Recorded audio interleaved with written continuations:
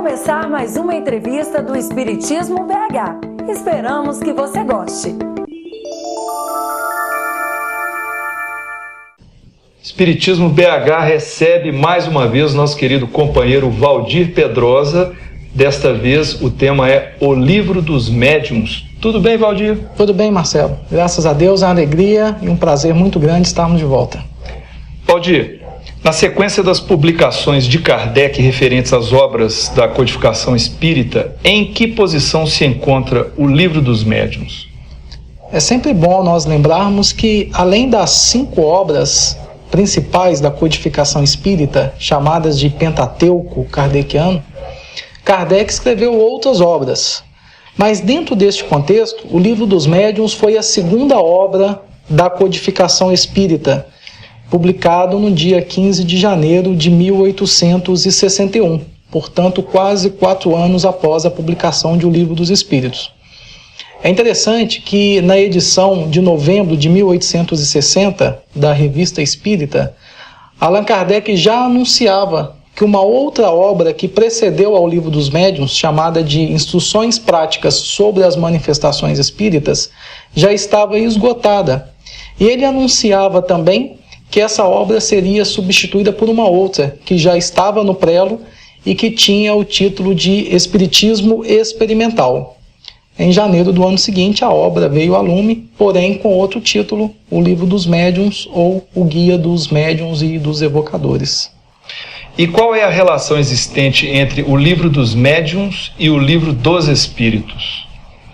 O Livro dos Médiuns refere-se à segunda parte do Livro dos Espíritos, onde Kardec trabalha as questões que ali foram abordadas de uma forma mais ampla e com uma maior profundidade. É sempre bom nós lembrarmos que o Livro dos Espíritos, quando foi escrito, ele atendeu a uma metodologia científica. E a segunda parte refere-se à análise detalhada do objeto que seria estudado, no caso, o próprio espírito. E não se trata apenas de uma coleção de informações. Kardec, sim, colecionou informações a respeito do assunto, as analisou, observou, comparou e daí deduziu uma série de ensinamentos juntamente com aqueles revelados pelos Espíritos. A segunda parte do Livro dos Espíritos, que é amplamente trabalhada em O Livro dos Médiuns, ela é a maior de toda a obra, de todo o Livro dos Espíritos, e lá nós vamos perceber o Espírito em 6 situações distintas, onde nós vemos a atuação do Espírito no plano físico, a atuação do Espírito no plano espiritual. Vemos o Espírito em transição do plano físico para o plano espiritual, no fenômeno da desencarnação, e também do plano espiritual para o plano físico, na reencarnação, e também as interferências ou as influências tanto do espírito encarnado no mundo espiritual, como do espírito desencarnado no mundo corpóreo, no mundo físico. E todas essas situações são abordadas também no Livro dos Médiuns? Com maior profundidade do que foi no Livro dos Espíritos. O Livro dos Espíritos é uma obra de síntese. E todo esse material que Kardec colheu através de suas observações e de seus estudos com essas entidades espirituais, ele aprofunda em O Livro dos Médiuns. O Livro dos Médiuns pode ser considerado o livro básico da ciência espírita? É uma obra de cunho experimental?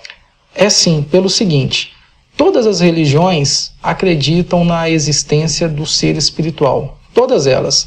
Mas o Espiritismo é a única que, através do intercâmbio mediúnico, comprova a existência do mundo espiritual, as leis que regem esse mundo e também a natureza dos seres que habitam o plano espiritual e as suas relações com o mundo corpóreo.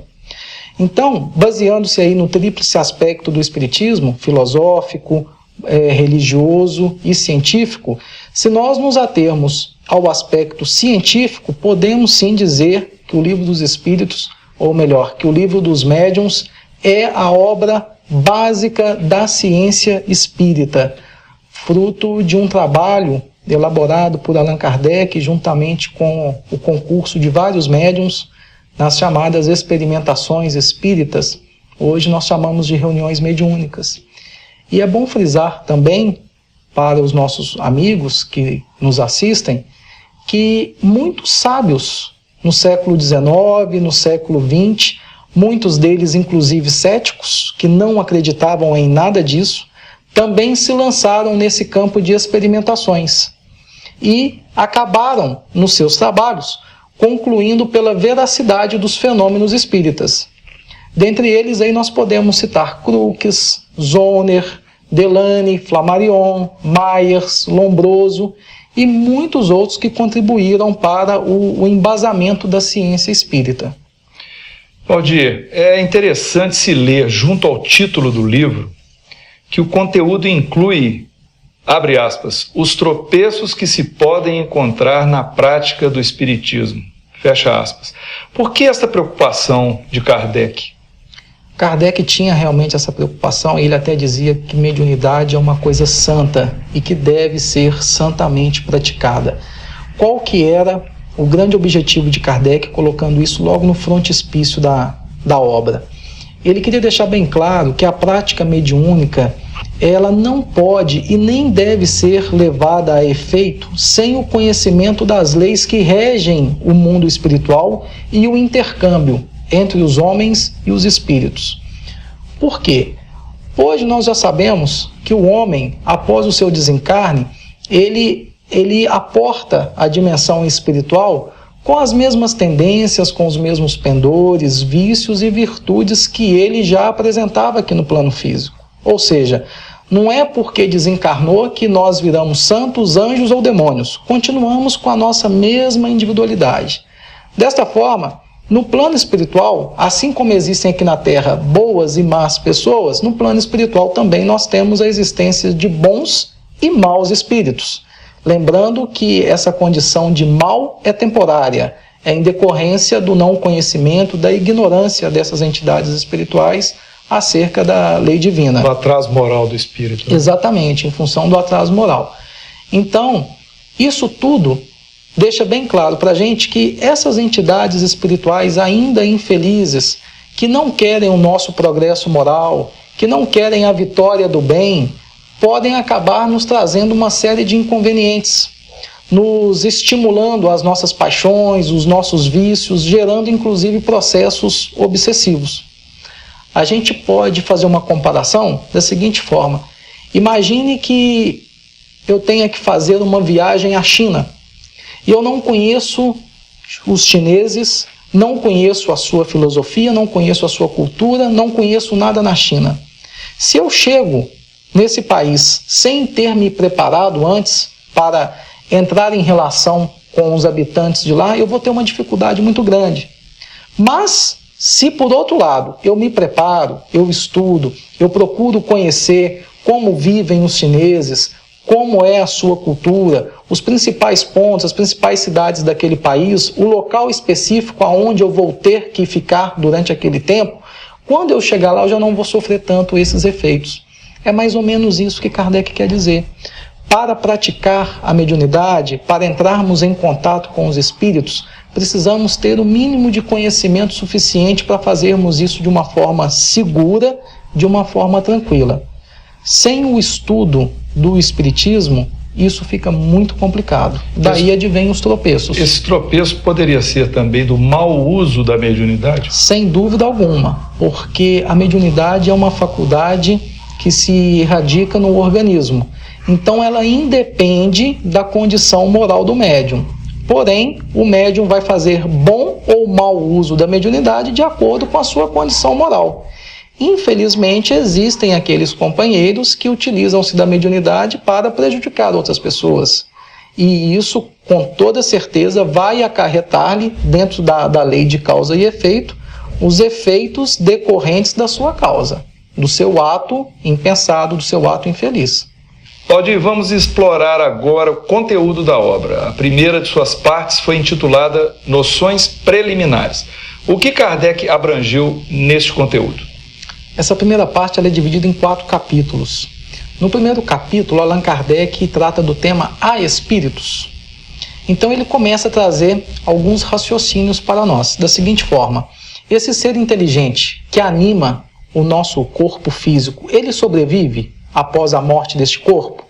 Se ele sobrevive, ele conserva a sua individualidade, a sua inteligência? Ele é capaz de conservar o amor por aqueles a quem ele tem estima aqui no plano físico? E daí? Ele pode entrar em relação diretamente com essas pessoas? Então, nessa primeira parte, Kardec estabelece a existência, nos mostra a existência dos espíritos e a possibilidade real de entrarmos em contato com eles através da mediunidade. No segundo capítulo, intitulado Do Maravilhoso e do Sobrenatural, o codificador nos mostra que aqueles fenômenos que durante a história da humanidade foram categorizados como maravilhosos, como sobrenaturais, na verdade são fenômenos inseridos dentro do contexto da lei divina. Porém, como o homem não conhecia essa lei, ou essas leis até então, o homem colocava na conta do maravilhoso, é aquela coisa que a gente não conhece, é sobrenatural. A partir do momento que essas leis se tornam conhecidas, aquele fenômeno perde todo aquele aspecto maravilhoso, natural, e se enquadra, sobrenatural, e se enquadra como uma coisa natural, dentro da lei divina. No terceiro capítulo, Allan Kardec trata do método, e aí tem observações importantes para a gente. No primeiro momento, Kardec salienta a importância do estudo sério, do estudo sistematizado, do estudo metódico da doutrina espírita, para que possamos praticar a mediunidade com segurança. Em seguida, ele fala um pouquinho para a gente a respeito dos nossos irmãos materialistas, dos incrédulos, e depois nos apresenta 4 categorias de espíritas. Ele fala que existem os espíritas experimentadores. São aqueles muito mais ligados ao aspecto científico da doutrina e que não dão a menor importância para os outros aspectos. Esses estão interessados apenas nos fenômenos mediúnicos.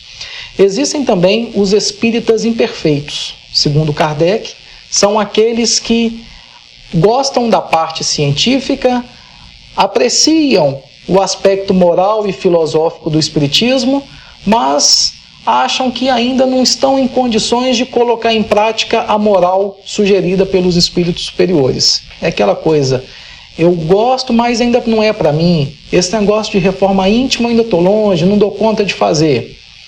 Kardec fala também da existência dos espíritas cristãos, ou, como ele chama, os espíritas verdadeiros. São aqueles que estudam e compreendem o espiritismo em seu tríplice aspecto e promovem um esforço diário de melhoria moral, de melhoria espiritual. Esses são os que ele considera como os verdadeiros adeptos do espiritismo. E ele fala também na existência dos espíritas exaltados, que são aqueles que no primeiro contato com a doutrina espírita se empolgam demais e deixam de lado todo o aspecto racional, não dão ouvidos à razão e fazem do espiritismo como se fosse uma doutrina mística ou totalmente baseada no sobrenatural, no milagroso, nos fenômenos, e acabam até prestando um grande desfavor na divulgação do espiritismo. E no final deste capítulo, Allan Kardec sugere aos iniciantes espíritas uma sequência de leitura e de estudo para que possamos compreender melhor a nossa doutrina. Então ele sugere que no primeiro momento seja estudado o livro O que é o Espiritismo, de sua autoria, onde ele nos brinda com 3 diálogos muito interessantes. Um com um companheiro cético, um outro crítico e por fim com o padre. E ainda deixa registrados os princípios da nossa doutrina espírita. Aliás, diga-se de passagem, este livro é uma boa dica para quem quer, para aqueles que desejam ter uma visão assim mais ampla sobre o espiritismo, numa obra que é até assim mais resumida, né? Exatamente, e de muito fácil entendimento, de uma didática fácil de ser assimilada para o iniciante, o que é o espiritismo. Em seguida, o codificador sugere o estudo de O Livro dos Espíritos, na sequência, O Livro dos Médiuns, e não deixa de registrar a importância da leitura e do estudo das edições da Revista Espírita. E por fim, no capítulo 4, fechando essa primeira parte do Livro dos Médiuns, Kardec trata dos sistemas. Esse é o título do capítulo. O que esse capítulo aborda? Kardec faz um exame dos diferentes modos pelos quais o espiritismo é encarado. Então ele aborda lá a chamada teoria do charlatanismo, onde as pessoas pensam que todos os médiuns são charlatães. A teoria da loucura, onde os detratores do espiritismo alegam que todos os espíritas são loucos. A teoria do músculo estalante, das causas físicas, e são várias. Todas elas já amplamente refutadas e hoje já nem são mais lembradas por aqueles que ainda ficam aí querendo menosprezar ou diminuir a importância do espiritismo. Né? Exatamente. A segunda parte, chamada das manifestações espíritas, é bem mais extensa, com 32 capítulos. Você poderia nos dar uma ideia sucinta desse conteúdo? Podemos sim. Nessa segunda parte, Allan Kardec vai tratar da mediunidade prática. Então, ele aborda para a gente os assuntos referentes às manifestações de efeitos físicos, as manifestações de efeitos inteligentes, as manifestações visuais, como que ocorrem e por que ocorrem os fenômenos de bicorporidade, transfiguração, escrita direta, voz direta. Ressalta para a gente a importância do médium nas comunicações espíritas, a influência moral do médium no trabalho mediúnico, a influência do meio. Ele trata também para a gente uma questão muito importante, que é com relação às obsessões, com relação às evocações que se fazem dos espíritos. Kardec traz para a gente também um capítulo muito interessante, intitulado Do Laboratório do Mundo Invisível, onde os espíritos respondem a questões formuladas com relação às vestimentas que eles utilizam no plano espiritual, quais são os objetos que eles utilizam no plano espiritual e como que esses objetos são formados, são construídos. E por fim, já no final do livro, Allan Kardec aborda temas como mistificação, embustes, as contradições, e também nos brinda lá no final com um regulamento da Sociedade Parisiense de Estudos Espíritas e um interessantíssimo vocabulário espírita no final do livro. Valdir, vamos falar um pouco sobre alguns fenômenos espíritas. Qual a diferença entre uma manifestação inteligente e uma manifestação de efeitos físicos em sua conceituação? Lembrando Kardec, no livro dos médiuns, Kardec conceitua a manifestação de efeitos inteligentes como sendo um ato livre e voluntário, que expressa uma intenção ou responde a um pensamento. E podemos ainda dizer que essas manifestações elas são caracterizadas pelas percepções mediúnicas do médium. Então, apenas para deixar um pouco mais claro, uma manifestação inteligente pressupõe, vamos dizer, o uso da faculdade mediúnica do médium. Isso, a percepção do médium, a sensibilidade mediúnica dele, seja em que forma for. Exatamente.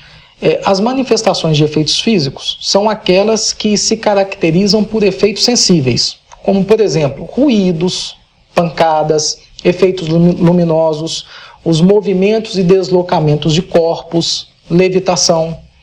Para a gente fazer uma comparação, a psicografia ela é considerada uma manifestação inteligente.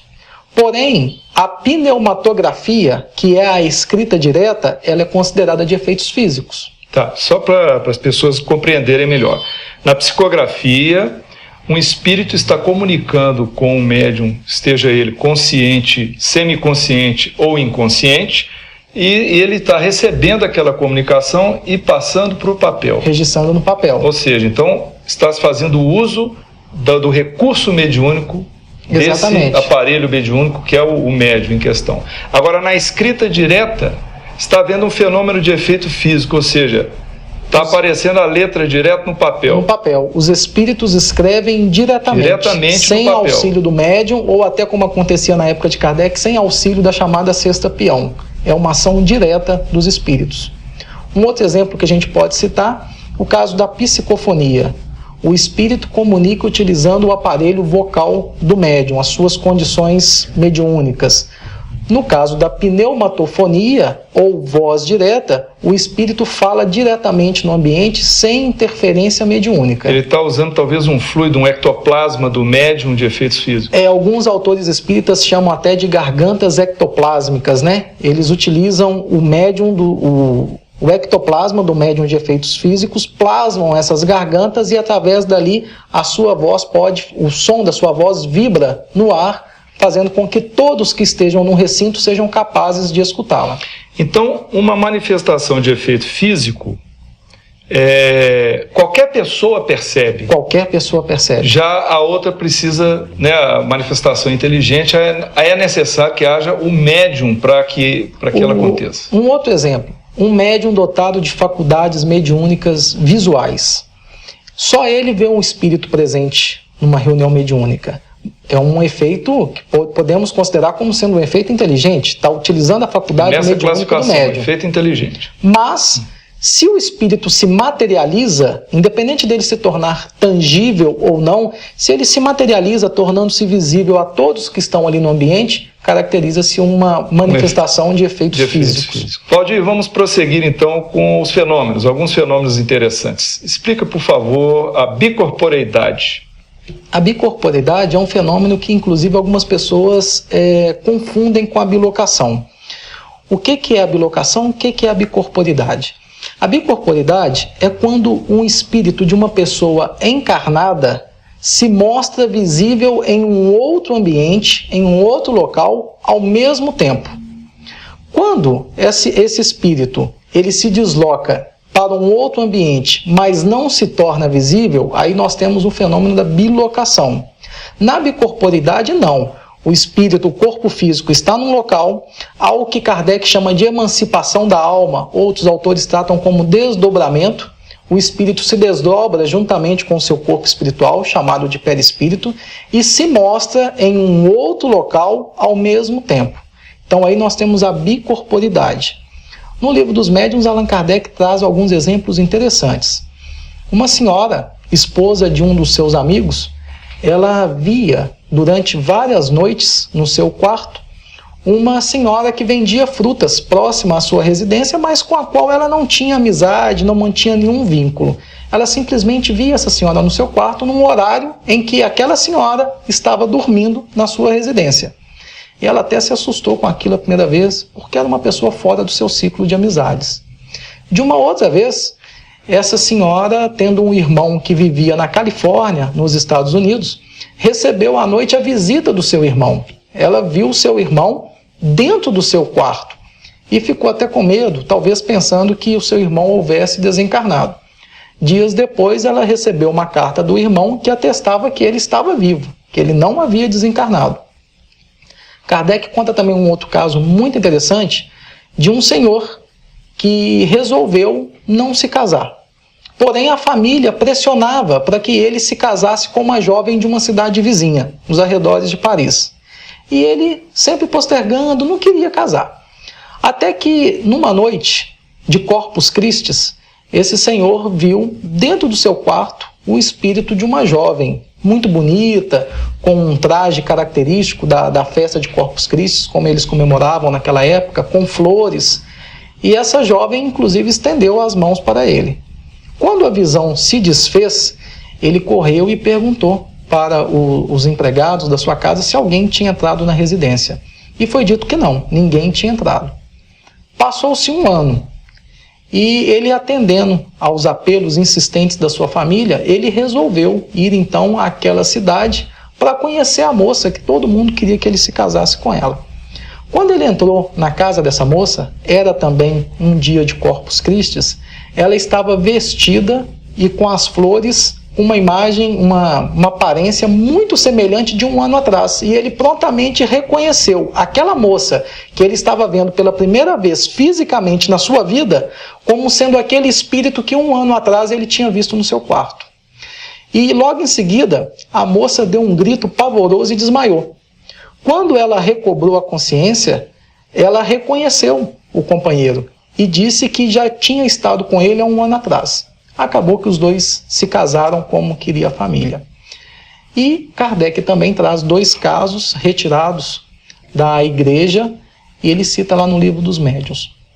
O primeiro diz respeito a Santo Afonso de Liguori, que inclusive foi canonizado pela igreja muito antes do prazo previsto pelas leis canônicas, em virtude dos milagres que ele operava, milagres entre aspas, né? de se apresentar simultaneamente em 2 lugares. Era o fenômeno da bicorporidade também. E o caso mais famoso, ocorrido com o Santo Antônio de Pádua. Antônio estava na cidade de Pádua, na Itália, pregando do alto do púlpito, e o seu pai estava sendo julgado por um assassinato que ele não cometeu na cidade de Lisboa, em Portugal. Em dado momento, Antônio ele entra como que num estado de êxtase, num estado de torpor, e se apresenta ao mesmo tempo lá no tribunal onde seu pai estava sendo julgado. No momento em que o pai estava recebendo a sentença, ele aparece, defende o pai, o livra da acusação de assassinato. E logo depois retoma a sua palestra, a sua pregação lá na cidade de Pádua. Também um fenômeno de bicorporidade. Explica para nós agora, Valdir, a transfiguração. A transfiguração, ela consiste na mudança do aspecto do corpo do médium. Isso se dá nos traços fisionômicos, pode ocorrer também com relação ao olhar, ao som da voz e até na maneira típica de falar. Existem 2 tipos de transfiguração e todos eles são explicados pelas propriedades do perispírito.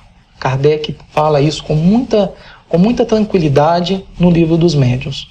O primeiro caso é aquele onde, numa reunião mediúnica, por exemplo, o companheiro comunicante, o espírito que está se comunicando através do médium, ele imprime, vamos dizer assim, os seus caracteres perispirituais no corpo físico do médium. Tem um caso também que Kardec relata que nos dá uma ideia boa do fenômeno. Havia uma jovem, uma moça de 15 anos de idade, mais ou menos, e ela tinha essa faculdade mediúnica. Os espíritos que se comunicavam através dela imprimiam as suas feições no próprio corpo físico dela. E dependendo da situação, ela alterava o tom de voz, a maneira de falar, a maneira de olhar. E um dos espíritos que mais se comunicava através dessa jovem era um seu irmão, falecido há algum tempo, quando tinha cerca de 20 anos de idade. Um médico da cidade, querendo provar que aquilo não era uma ilusão, resolveu fazer uma experiência. Ele, juntamente com várias testemunhas, inclusive com o pai da menina, ele a pesou num estado normal, antes de ocorrer uma comunicação. E logo depois, quando ela entrou em transe e quando ocorreu o fenômeno da transfiguração, quando ela estava sob a influência do espírito do irmão, o médico a pesou novamente. E ele constatou que o peso dessa jovem quase que dobrou. Isso mostra para a gente como que os espíritos exercem uma ação sobre o nosso peso. A literatura mediúnica tem vários casos onde os espíritos exercem sua ação, aumentando o peso de determinada pessoa na cadeira, tanto é que ninguém consegue movimentar a cadeira com aquela pessoa sentada ali no momento. E existem casos que são o contrário. Eles exercem a sua influência ali de modo a levitar aquele médium. O outro caso que existe da transfiguração é aquele caso clássico ocorrido com Jesus no Monte Tabor. Aí não há uma interferência de um terceiro, de um espírito na comunicação. É o próprio espírito do médium ou o próprio espírito da pessoa que se transfigura, que se mostra como ele realmente é.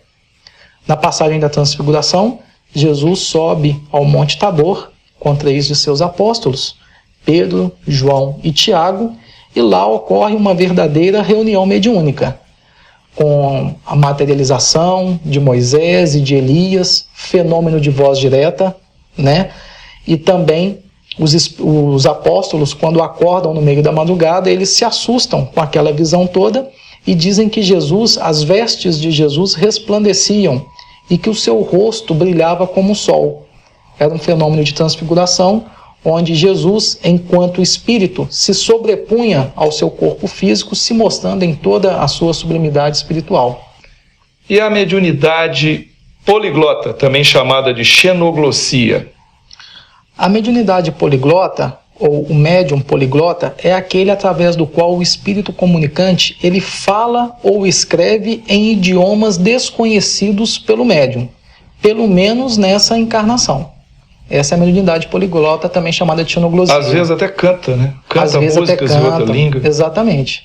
Valdir, Um médium que manifesta um espírito que está se expressando, seja falando ou cantando numa língua que o médium ou às vezes ninguém da sala reconhece, isso é indício de uma evolução do médium? Não, de forma alguma. Inclusive, nenhuma das faculdades mediúnicas podem ser consideradas como indício de evolução espiritual do médium, mesmo porque a faculdade mediúnica ela independe do progresso moral do médium. O médium é que vai dar a ela um sentido através do seu trabalho, seja ele bom ou ruim, de acordo com a sua condição moral.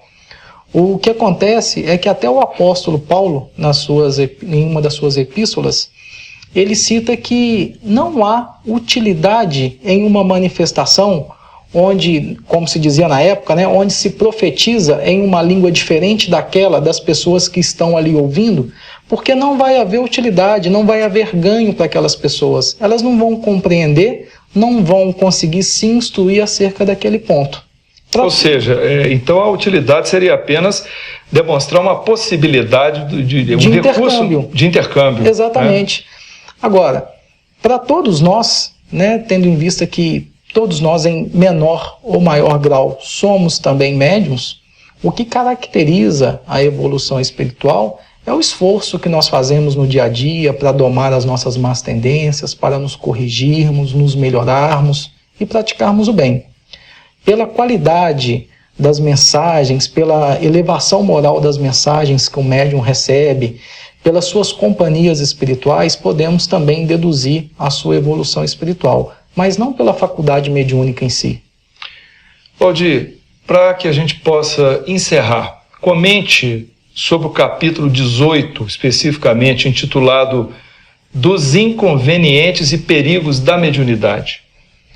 Nesse capítulo, Kardec começa refutando algumas questões, inclusive baseada nas respostas dos espíritos, como, por exemplo, estava em vigor naquela época uma ideia de que a prática do espiritismo, a prática da mediunidade, poderia levar a algumas enfermidades e mesmo a loucura. Então Kardec apresenta essas questões aos espíritos responsáveis pela codificação. E eles dizem o seguinte: com relação às enfermidades, não há nenhuma relação. O que acontece é que em várias pessoas, quando a mediunidade dá os primeiros sinais de aparecimento, esses sinais podem ser semelhantes a alguns estados patológicos, mas não guardam relação entre si a prática da mediunidade com a enfermidade, mesmo porque a maioria dos médiuns que estão por aí trabalhando são médiuns robustos e que gozam de muita saúde, graças a Deus. Com relação à loucura, os espíritos respondem que aquelas pessoas que apresentam certas excentricidades nas ideias, que apresentam uma certa fraqueza mental, há de se ter um cuidado muito grande para que essas pessoas não pratiquem excessivamente ou não pratiquem a mediunidade. Por quê? Porque já há uma predisposição para a loucura. No dizer dos espíritos, a loucura já está ali em germe, em potencial. E qualquer sobreexcitação do sistema nervoso pode vir a fazer com que isso se rompa. E não é só a mediunidade. Kardec ainda cita um exemplo, é uma pessoa que se devota a qualquer prática religiosa, por exemplo, de uma forma excessiva, beirando ao fanatismo, pode acabar ficando louca, se ela já tem a loucura ali como uma predisposição do seu organismo. Uma outra questão abordada nesse capítulo como inconveniente e um perigo da mediunidade, Kardec questiona a respeito da fadiga. Praticar a mediunidade pode causar fadiga no médium? E os espíritos respondem o seguinte: qualquer atividade em excesso é passível de causar fadiga. Mediunidade também, principalmente a mediunidade de efeitos físicos, porque há um dispêndio muito grande de fluidos, de energia, e que se isso não for muito bem dosado, com responsabilidade pelo médium, pode levá-lo a um estado de fadiga. Mas não é nada grave, é uma coisa que é facilmente reparada através de uma noite de sono. E por fim, Kardec aborda com os companheiros do plano espiritual a questão da mediunidade nas crianças. E os espíritos são enfáticos em responder que não se deve de forma alguma estimular ao desenvolvimento ou ao aparecimento da mediunidade nas crianças, porque as crianças possuem um organismo débil que está em formação e qualquer sobreexcitação, qualquer dispêndio de fluidos que seriam importantes para o fortalecimento do seu organismo podem causar inconvenientes muito sérios. E eles salientam o seguinte, os benfeitores espirituais, que existem aquelas crianças onde a mediunidade se apresenta de uma forma espontânea. Para essas aí, o perigo praticamente não existe. Porém, os pais não devem estimular, devem tratar como uma forma natural e trazendo para os dias de hoje, se possível, desde cedo, levar as crianças para frequentar as aulinhas da escola de evangelização infantil que a maioria dos centros espíritas disponibilizam para os seus frequentadores. Assim, a incidência do fenômeno às vezes vai até diminuindo, mas, sobretudo, as crianças vão tendo uma compreensão daquilo que está ocorrendo. E também, nesse caso, a prática do culto no lar com as crianças, com o livro evangélico, espírita, apropriado para a idade, vai auxiliar essa questão do equilíbrio mediúnico dela. Sem dúvida, é de grande importância. Seria o ideal que todos os pais espíritas estimulassem as suas crianças, as incentivassem à leitura desde cedo, porque através do gosto adquirido pela leitura, essas crianças poderão, muito provavelmente, se tornarem jovens estudiosos. E através do estudo, essas questões realmente são sanadas com maior facilidade. Espiritismo BH agradece a presença do nosso querido companheiro Valdir Pedrosa e muito obrigado, Valdir. Marcelo, nós é que agradecemos, é um prazer e uma alegria, como nós dissemos, e estamos à disposição para sempre que precisar. Ok.